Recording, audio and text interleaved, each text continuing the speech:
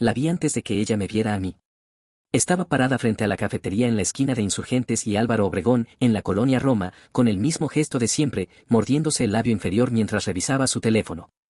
20 años no le habían quitado esa manía. Tampoco el brillo del cabello castaño que antes yo enrollaba entre mis dedos mientras estudiábamos en la biblioteca de la Ibero. Rocío. Soy Joaquín, tengo 43 años y vivo en Polanco desde hace una década. Soy socio de una consultoría tecnológica que factura millones al año. Tengo un departamento con vista al bosque de Chapultepec, un BMW en el estacionamiento y una agenda tan llena que programo hasta las llamadas a mi mamá. Todo lo que alguna vez soñé cuando era un estudiante becado de ingeniería en sistemas, durmiendo 3 horas diarias y sobreviviendo con café y tortas de la esquina. Todo menos a ella. Rocío levantó la vista y nuestros ojos se encontraron. No sonrió de inmediato. Hubo un segundo, quizá 2, donde su mirada me atravesó como si estuviera calculando si valía la pena cruzar la calle o fingir que no me había visto. Finalmente, caminó hacia mí. Sus tacones sonaban distinto al pavimento mojado. Había llovido esa mañana y la Ciudad de México olía a tierra húmeda y escape de camiones. Joaquín, dijo. No fue una pregunta. Rocío, respondí, y el nombre se sintió extraño en mi boca, como una palabra en un idioma que dejé de hablar. Nos quedamos parados ahí, en medio de la acera, mientras la gente pasaba a nuestro lado con prisa. Ella traía un abrigo beige y una bolsa de piel que se veía cara pero no ostentosa. Se notaba que le iba bien. Siempre supe que le iría bien, era la más inteligente de nuestra generación, aunque nadie lo dijera en voz alta porque le daban el crédito a José, el presidente de la sociedad de alumnos, o a Alberto, el que siempre ganaba los concursos de oratoria. ¿Tienes tiempo para un café?, preguntó. Debí decir que no. Tenía una junta con inversionistas en 2 horas y un reporte por revisar antes de eso. Pero algo en su voz, no ruego, sino una especie de cansancio tranquilo, me hizo asentir. Nos sentamos junto a la ventana. Ella pidió un capuchino, yo un americano sin azúcar. El mesero tardó eternidades en traer las tazas y ninguno de los dos llenó el silencio con palabras vacías. Cuando finalmente llegaron las bebidas, Rocío envolvió la taza con ambas manos como si necesitara calentarse, aunque no hacía frío. «Te ves bien», dije, porque era verdad y porque no sabía qué más decir. «Tú también», respondió. «Exitoso. Tal como lo planeaste». Había algo en su tono que no era un cumplido. No era reproche tampoco. Era más bien una constatación, como quien confirma que el pronóstico del clima acertó. ¿Y tú?, pregunté. ¿Qué ha sido de tu vida? Rocío tomó un sorbo de su capuchino. Dejó una marca de labial en el borde de la taza, un tono nude que antes no usaba. Antes usaba rojos brillantes que me dejaban manchado después de besarla en el coche de su papá, estacionado afuera de mi casa en Satélite. Me casé, dijo. Tengo 2 hijas. Me divorcié hace 3 años. Asentí como si esa información no me acabara de romper algo por dentro. Como si no estuviera haciendo cálculos mentales de cuándo se habría casado, con quién, si fue feliz. Lamento lo del divorcio, mentí. No lo lamentaba. Me sentí aliviado y no supe por qué. Yo no, dijo ella, y por primera vez esa tarde, sonrió. Rocío removió el café con una cucharita que ya no tenía nada que remover. Era el mismo gesto que hacía cuando estaba a punto de decir algo importante y buscaba las palabras correctas. Lo reconocí de inmediato, como si mi cuerpo guardara un archivo de sus gestos que nunca borré del todo. ¿Recuerdas la última vez que nos vimos?, preguntó sin levantar la vista de su taza. Claro que lo recordaba. Fue en junio de 2005, 2 semanas antes de mi graduación. Nos citamos en el Parque México, bajo ese árbol enorme donde solíamos sentarnos a estudiar cuando necesitábamos aire fresco y escapar del ruido de la universidad. Ella llevaba un vestido azul claro que le había regalado su mamá para su cumpleaños. Yo llevaba la oferta de Google en la mochila, impresa en papel grueso con el logotipo brillante en la esquina superior. Lo recuerdo, dije. Yo también, respondió. Recuerdo que me dijiste que te ibas a Silicon Valley. Que era la oportunidad de tu vida. Que si no la tomabas, te arrepentirías para siempre. Había dicho todo eso. También había dicho que la amaba, que esto no significaba que lo nuestro terminaba, que podíamos intentar la distancia. Pero ambos sabíamos que eran mentiras piadosas. Yo tenía 24 años y un hambre feroz por demostrarle al mundo, y a mi padre, que nunca creyó que yo llegaría lejos, que podía ser alguien. Rocío tenía planes de hacer una maestría en el TEC de Monterrey y después trabajar en proyectos de impacto social. Nuestros caminos se bifurcaban y yo elegí el mío sin mirar atrás. O al menos eso creí. Te dije que lo entendía, continuó Rocío. Y lo decía en serio. Siempre supe que serías un éxito, Joaquín. Desde el primer día que entraste a clase de algoritmos con esa playera de Star Wars y te sentaste en la primera fila. Todos pensamos que eras un nerd insoportable, pero yo vi algo más. Vi ambición. Vi hambre.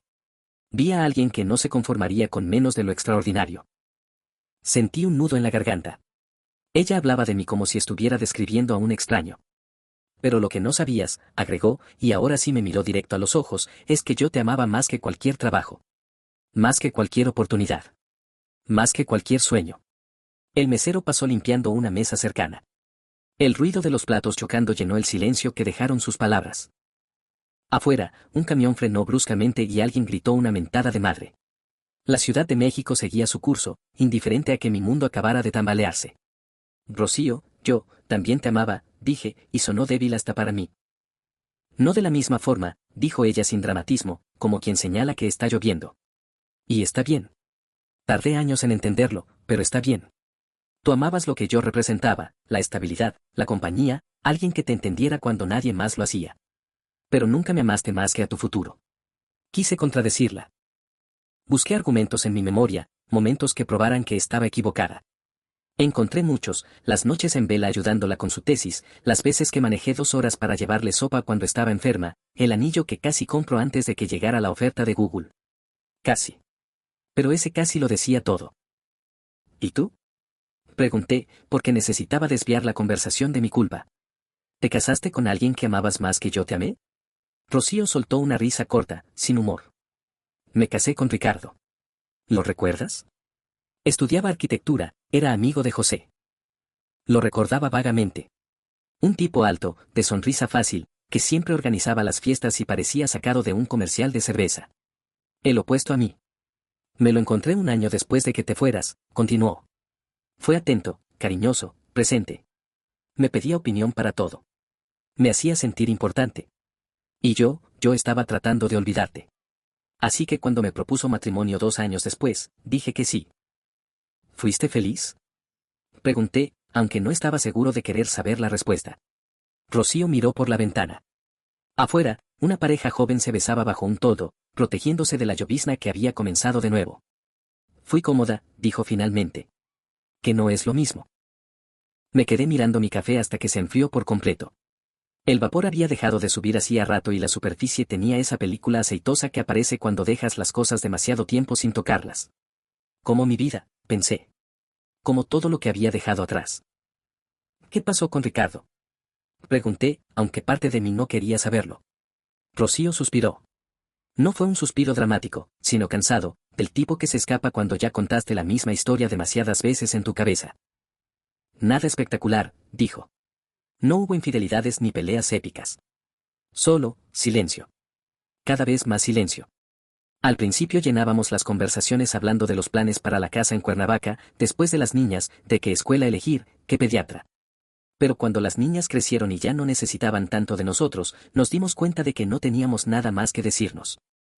Conocía ese silencio. Lo había vivido con Fernanda, mi ex esposa, con quien estuve casado 5 años. Nos conocimos en una conferencia de tecnología en Guadalajara. Era brillante, ambiciosa, tan enfocada en su carrera como yo en la mía. Parecíamos la pareja perfecta sobre el papel. Nos casamos en Los Cabos con vista al mar, entre inversionistas y CEOs que brindaron por nuestro futuro prometedor. Nos divorciamos en un bufete de abogados en Reforma, firmando papeles mientras nuestros asistentes esperaban afuera con agendas llenas de pendientes. Yo también me divorcié, dije. Hace 6 años.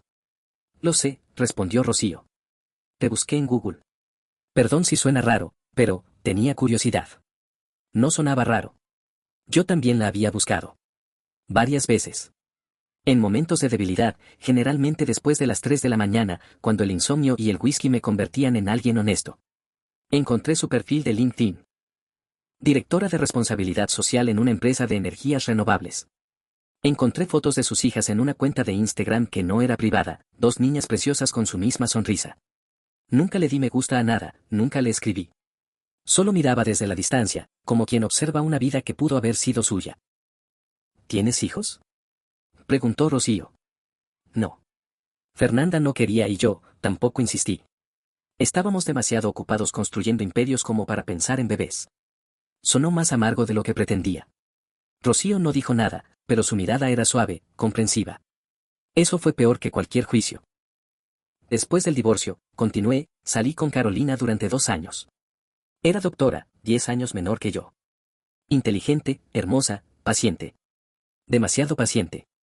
Un día me dijo que se sentía como un accesorio en mi vida, algo que yo sacaba para eventos sociales pero que guardaba en un cajón cuando tenía cosas más importantes que hacer.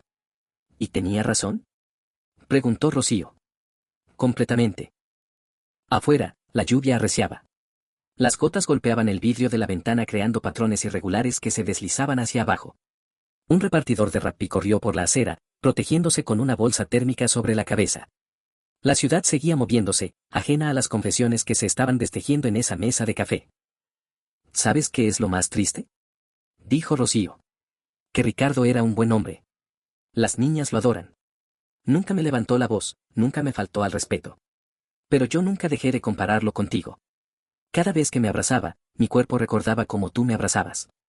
Cada vez que me decía que me amaba, mi cerebro traducía las palabras buscando el tono exacto con el que tú lo decías. Se detuvo para tomar aire. Sus ojos brillaban pero no lloraba. Rocío nunca fue de llorar en público. Lo peor es que no era justo para él, continuó. No era justo que se casara con alguien que seguía enamorada de un fantasma. Porque eso es lo que eras para mí, Joaquín. Un fantasma. Una versión idealizada de lo que pudo haber sido y nunca fue. Sus palabras me golpearon con la fuerza de una verdad que yo también había evitado toda mi vida. Yo también había convertido a Rocío en un fantasma. En la opción que no tomé, en el que hubiera pasado si que me visitaba en noches de soledad. La había puesto en un pedestal tan alto que ninguna mujer real podía competir. Alberto se casó con José, dije de repente, buscando cambiar de tema aunque fuera torpemente. Los vi en Facebook. Se fueron a vivir a Canadá. Rocío sonrió, genuinamente esta vez. Lo sé. Rocío mantiene contacto conmigo. Tienen una vida preciosa en Vancouver. Alberto da clases de literatura y José trabaja en una ONG de derechos humanos. Nos visitamos el año pasado con las niñas. Por supuesto que mantenía contacto con ellos. Rocío siempre fue mejor que yo para conservar relaciones, para no dejar que la vida se llevara a las personas importantes. Yo, en cambio, había ido cortando lazos como quien poda un árbol para que crezca más rápido.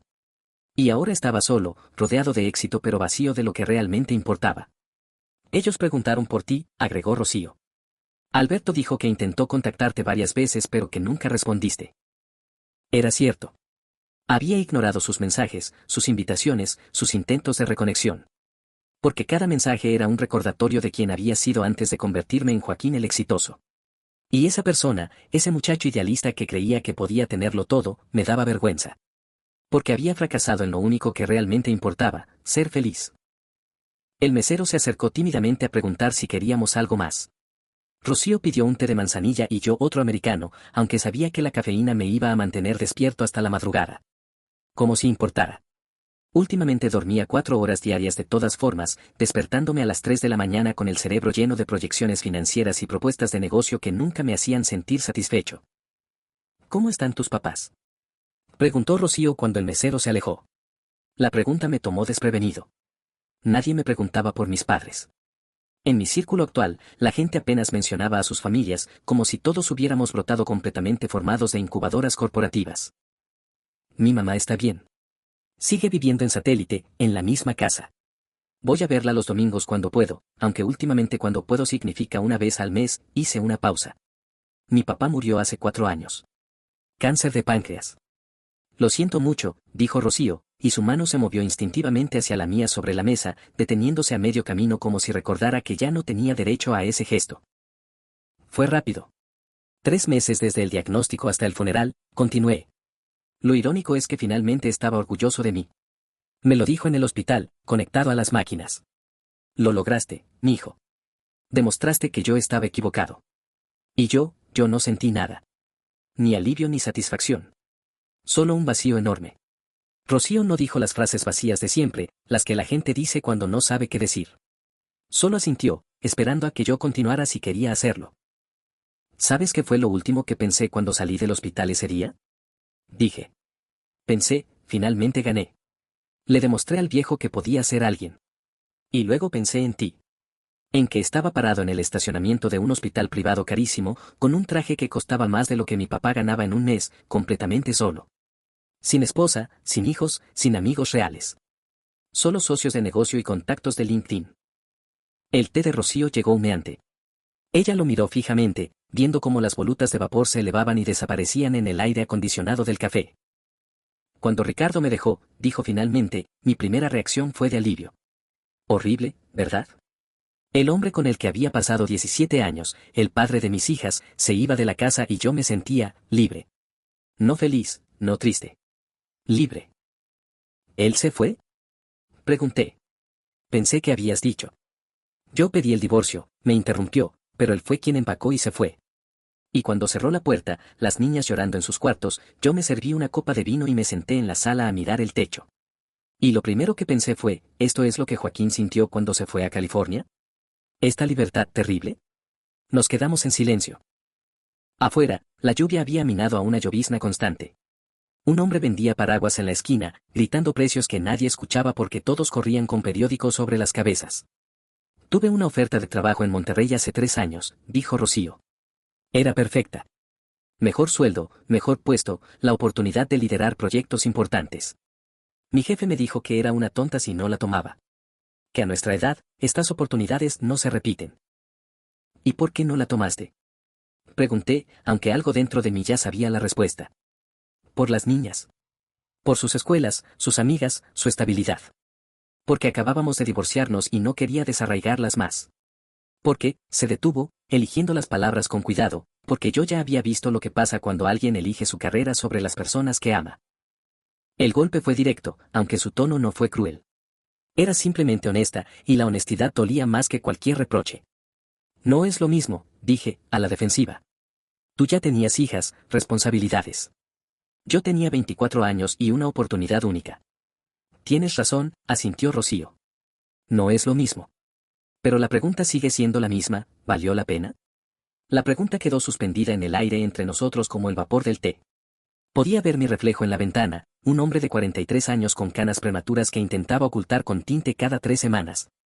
Traje de diseñador que me quedaba un poco flojo porque el estrés me había hecho perder peso, y ojos cansados de alguien que había ganado todas las batallas excepto las que importaban.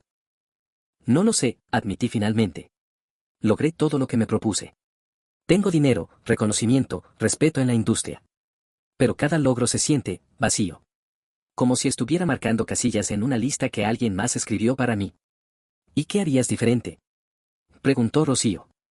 Si pudieras regresar a ese día en el Parque México, con la oferta de Google en tu mochila y yo sentada a tu lado con ese vestido azul.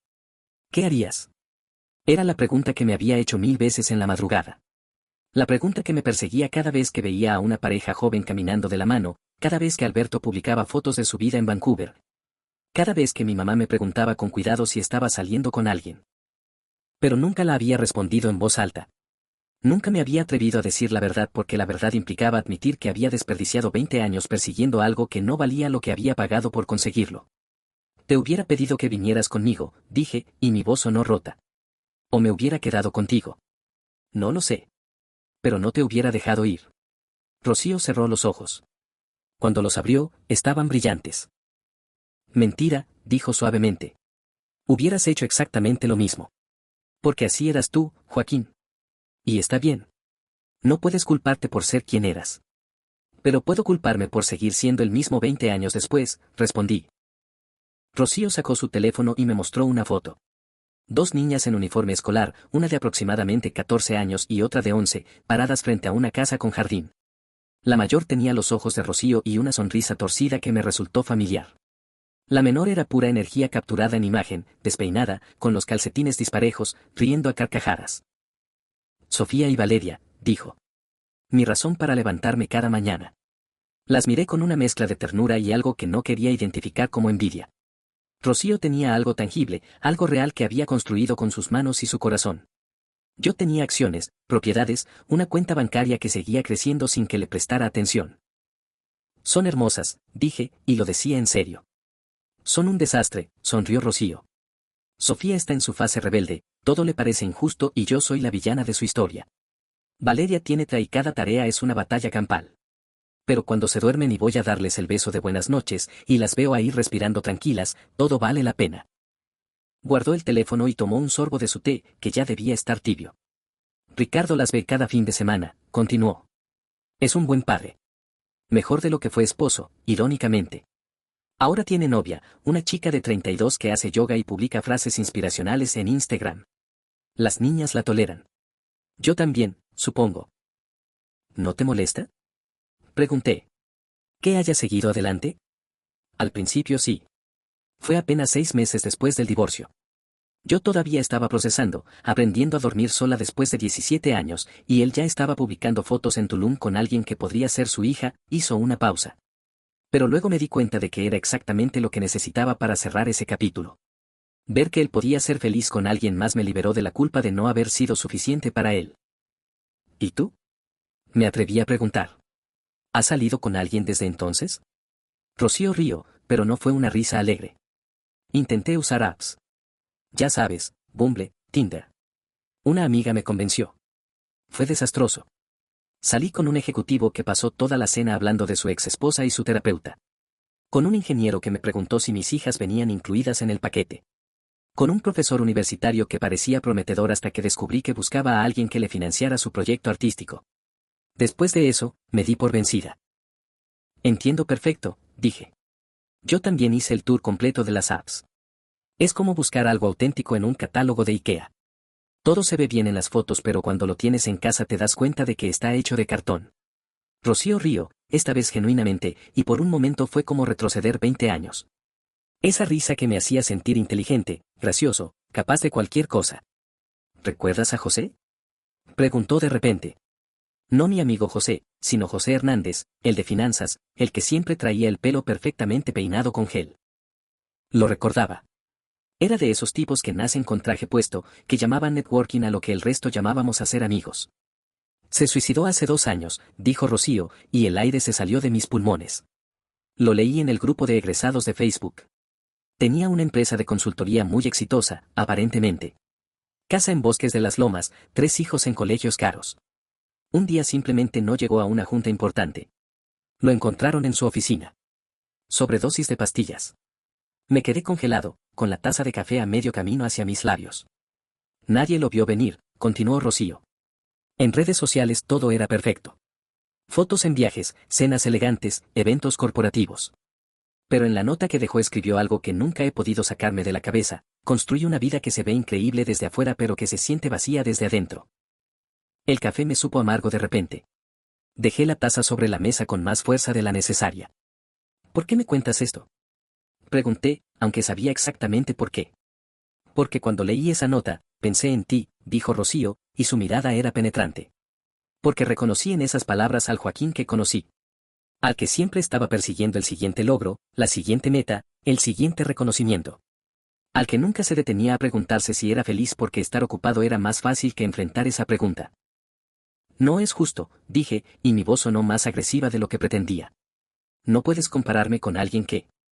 No te estoy comparando, me interrumpió Rocío con calma. Te estoy advirtiendo. Porque te conozco, Joaquín. Conozco esa mirada que tienes ahora mismo, esa tensión en los hombros, esa forma de revisar tu reloj cada 5 minutos como si el mundo se fuera a acabar si no llegas a tiempo a tu siguiente junta. Bajé la mano.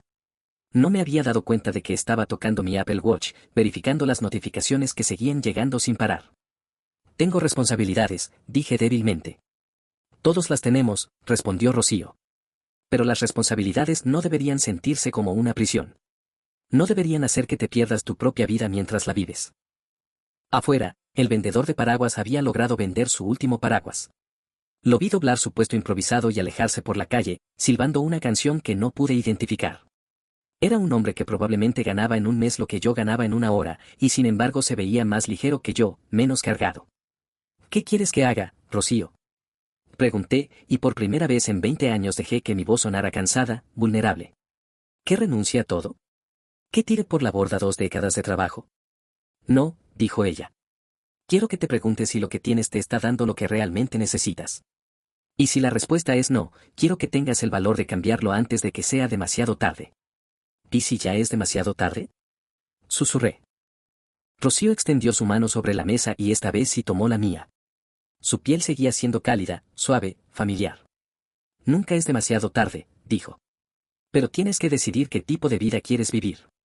Una que se vea bien en LinkedIn o una que se sienta bien cuando cierras los ojos por las noches. Su teléfono vibró. Miró la pantalla y suspiró. Tengo que irme. Valeria tiene dentista en 1 hora y el tráfico desde aquí hasta Coyoacán es una pesadilla. Se levantó, pero no soltó mi mano de inmediato. Me da gusto haberte visto, Joaquín. De verdad. A mí también, dije, y era la verdad más sincera que había dicho en años. Rocío soltó mi mano lentamente, como si también le costara trabajo romper ese contacto. Se puso el abrigo, agarró su bolsa. Cuídate, dijo. Y por favor, habla con alguien. Un terapeuta, un amigo, quien sea. Pero no te guardes todo esto dentro hasta que explote. Asentí, aunque ambos sabíamos que probablemente no lo haría. Los hombres como yo no íbamos a terapia. Íbamos al gimnasio, al bar, a la oficina. Cualquier lugar menos adentro de nosotros mismos. La vi alejarse por la calle, sorteando charcos con sus tacones. No volteó. Y yo me quedé sentado ahí, con 2 tazas de café frío y la certeza de que acababa de dejar ir algo importante por segunda vez en mi vida. Me quedé en ese café hasta que cerraron. El mesero pasó 3 veces limpiando mesas a mi alrededor, lanzándome miradas discretas que decían ya váyase, señor. Finalmente dejé un billete de 500 pesos sobre la mesa, propina excesiva para 2 cafés y un té, y salí a la calle. Había dejado de llover pero la ciudad olía a concreto mojado y smog. Mi chofer me esperaba a 2 cuadras, donde le había dicho que se estacionara. Caminé despacio, ignorando los mensajes que seguían llegando a mi teléfono. Mi socio preguntando dónde estaba. Mi asistente recordándome la junta que había perdido. Un cliente potencial esperando mi respuesta sobre una propuesta millonaria. Nada de eso importaba en ese momento. Llegué al coche y le dije a Miguel, mi chofer, que me llevara a Satélite. Puso cara de sorpresa, casi nunca cambiaba mis rutas, pero asintió sin preguntar. El tráfico de insurgentes hacia el norte era denso, como siempre. Me recargué en el asiento de piel y cerré los ojos, pero lo único que veía era a Rocío alejándose por la banqueta. Siempre supe que serías un éxito. Ojalá hubiera sabido que yo te amaba más que cualquier trabajo. Sus palabras me perseguían como una canción que no puedes sacarte de la cabeza. 20 años. 20 años construyendo un castillo sobre arena, pensando que si llegaba suficientemente alto, si ganaba suficiente dinero, si impresionaba a suficientes personas, finalmente me sentiría completo. Pero estaba más vacío que nunca. Mi mamá se sorprendió al verme. Eran apenas las 6 de la tarde de un martes y yo aparecía sin avisar, algo que no hacía no recordaba desde cuándo. ¿Joaquín? Dijo abriendo la puerta con el delantal puesto, secándose las manos. ¿Pasó algo? ¿Estás bien? Sí, mamá. Solo quería verte. Me miró con esa suspicacia maternal que detecta mentiras a kilómetros de distancia, pero no insistió. Me hizo pasar a la cocina, donde tenía una olla de caldo de pollo hirviendo. El olor me transportó a mi infancia, a las tardes haciendo tarea en esa misma mesa mientras ella cocinaba. ¿Quieres cenar? Preguntó. Por favor. Nos sentamos a comer en silencio. El caldo estaba perfecto, como siempre. Mi mamá nunca había sido de muchas palabras, pero su lenguaje era la comida, cada platillo una conversación, cada sazón un te quiero. Vi a Rocío voy, dije finalmente, rompiendo el silencio. Mi mamá dejó la cuchara suspendida a medio camino. Sus ojos se iluminaron con algo entre sorpresa y esperanza. ¿Rocío Mendoza? ¿Tu Rocío de la universidad? Mi Rocío. Como si alguna vez hubiera sido mía. Como si no la hubiera dejado ir sin mirar atrás. Sí. Nos encontramos por casualidad en la Roma. Qué bonita era esa muchacha, dijo mi mamá con nostalgia. Y qué buena. Me acuerdo que venía a visitarme incluso cuando tú estabas estudiando. Me traía pan del que a mí me gustaba y se quedaba platicando conmigo. No como las demás. Era cierto. Rocío había querido genuinamente a mi mamá, no la había tolerado por compromiso como Fernanda o ignorado como Carolina. Se ve bien, dije. Tiene 2 hijas. Está divorciada. Mi mamá asintió, esperando que continuara. Me dijo algo que no puedo dejar de pensar, continué. Me dijo que me amaba más que a cualquier trabajo. Y que ojalá yo hubiera sabido eso hace 20 años. Mi mamá dejó de comer. Me miró con esos ojos que me habían visto crecer, que me habían visto llorar cuando mi papá me decía que no llegaría a nada, que me habían visto partir a California con una maleta y sueños demasiado grandes. Yo también ojalá lo hubiera sabido, dijo suavemente. Mamá. No, déjame hablar, me interrumpió.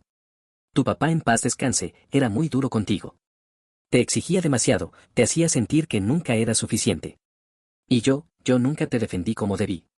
Dejé que te volvieras alguien obsesionado con demostrarle tu valor, con demostrarle al mundo tu valor. Y funcionó, mijo. Te volviste exitoso, rico, importante. Pero nunca te volviste feliz. Las palabras me cayeron como piedras. Mi mamá nunca había sido de confrontaciones, de decir verdades incómodas. Pero ahí estaba, en su cocina que olía a caldo y a hogar, diciéndome lo que nadie más se había atrevido. ¿Qué hago, mamá? Pregunté, y mi voz sonó como la de un niño perdido. ¿Cómo arreglo esto? Mi mamá extendió su mano sobre la mesa y tomó la mía, exactamente como había hecho Rocío horas antes. No puedes arreglar el pasado, mijo. Pero puedes dejar de arruinar el futuro. Esa noche dormí en mi antiguo cuarto. Mi mamá lo mantenía exactamente igual, los pósters de bandas que ya no escuchaba, los libros de texto que ya no leía, la cama individual que me quedaba ridículamente pequeña. Me acosté mirando el techo, el mismo techo que había mirado miles de noches mientras soñaba con escapar de esa casa, de ese barrio, de esa vida que me parecía tan pequeña. Ahora daría cualquier cosa por volver a tener la capacidad de soñar con algo más que el siguiente trimestre fiscal. Mi teléfono vibró. Era un mensaje de Rocío. Lo abrí con manos temblorosas. Olvidé decirte algo importante. Ese día en el Parque México, cuando te dije que entendía tu decisión, mentí. No la entendía. Me dolió tanto que pensé que me iba a morir. Pero ahora, 20 años después, sí la entiendo. Necesitabas irte. Necesitabas convertirte en quien eres. El problema no fue que te fueras. El problema es que nunca regresaste. Y no hablo de regresar físicamente a México. Hablo de regresar a ser humano, de regresar a sentir, de regresar a ti mismo. Todavía puedes hacerlo, Joaquín. Si quieres. Cuídate.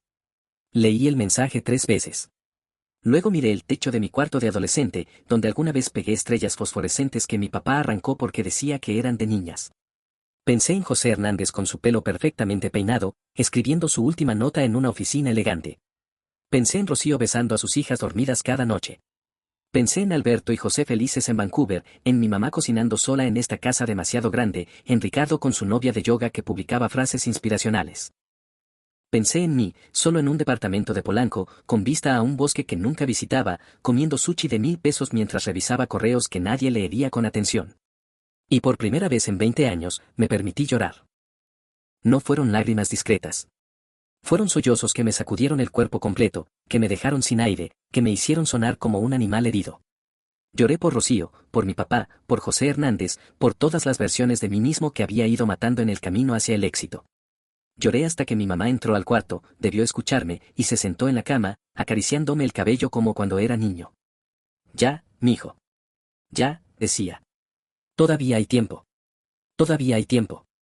Pero mientras ella me consolaba, yo sabía la verdad que había estado evitando toda la noche, toda la semana, todos estos 20 años. El remordimiento no llega cuando es demasiado tarde para cambiar las cosas. Llega exactamente en el momento en que todavía puedes hacerlo, pero ya no sabes cómo. Y ese es el verdadero castigo, no la imposibilidad del cambio, sino el terror de intentarlo y descubrir que ya no te reconoces sin tus cadenas. A la mañana siguiente volví a mi departamento, a mi oficina, a mis juntas. Respondí los correos acumulados, cerré el trato millonario, di la presentación que todos esperaban. Y cuando me preguntaron dónde había estado el día anterior, sonreí y dije que había tenido una emergencia familiar. No volví a buscar a Rocío. No llamé a Alberto. No fui a terapia. Simplemente seguí adelante, porque eso era lo único que sabía hacer. Seguir construyendo un castillo sobre arena mientras el mar subía lentamente, inevitablemente, sin prisa pero sin pausa. Y cada noche, antes de dormir, releía su mensaje. Todavía puedes hacerlo, Joaquín. Si quieres. Si quieres. Esa era la parte más cruel. Que el cambio dependía de mí. Que no podía culpar a nadie más, ni al tiempo ni a las circunstancias ni a mi padre muerto. Solo a mí. Al Joaquín que había elegido el éxito sobre el amor. Al Joaquín que seguía eligiéndolo cada día. Al Joaquín que, incluso ahora, con el mapa del tesoro en las manos, no se atrevía a dar el primer paso hacia territorio desconocido. Porque el remordimiento, descubrí, no es arrepentirse de lo que hiciste. Es arrepentirse de lo que sigues haciendo, día tras día, sabiendo que hay otra forma de vivir pero sin el valor de intentarla. Y eso es lo que me mantiene despierto en las madrugadas. No el fantasma de quien fui, sino el fantasma de quien podía ser si tan solo dejara de tener tanto miedo.